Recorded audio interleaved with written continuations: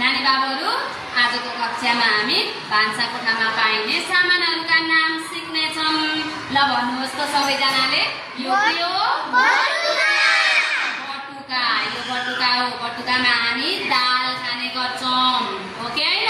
अरु के खान्छौँ होला बटुकामा? चाउमिन।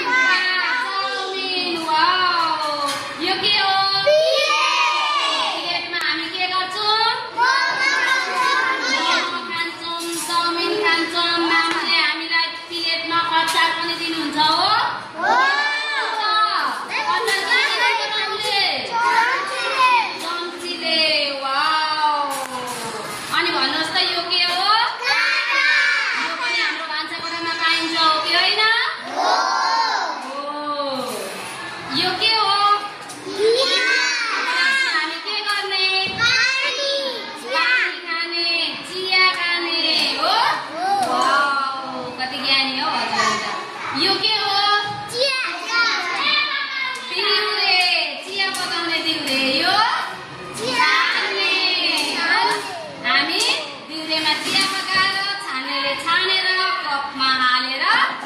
कपमा के गर्छौँ?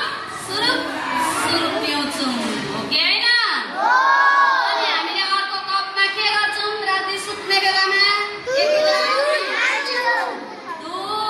दुध पनि खान्छौँ। वाउ, हजुर सबैजना दुध खानुहुन्छ?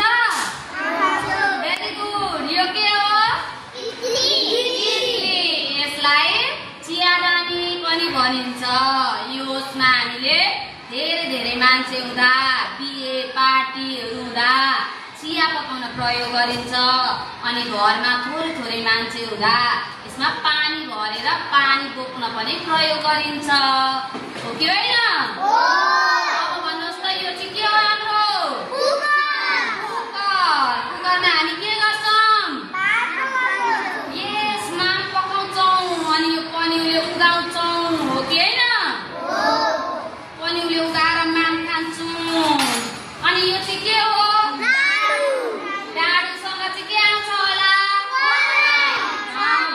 कराईमा डाडुले के गर्छौँ हामी?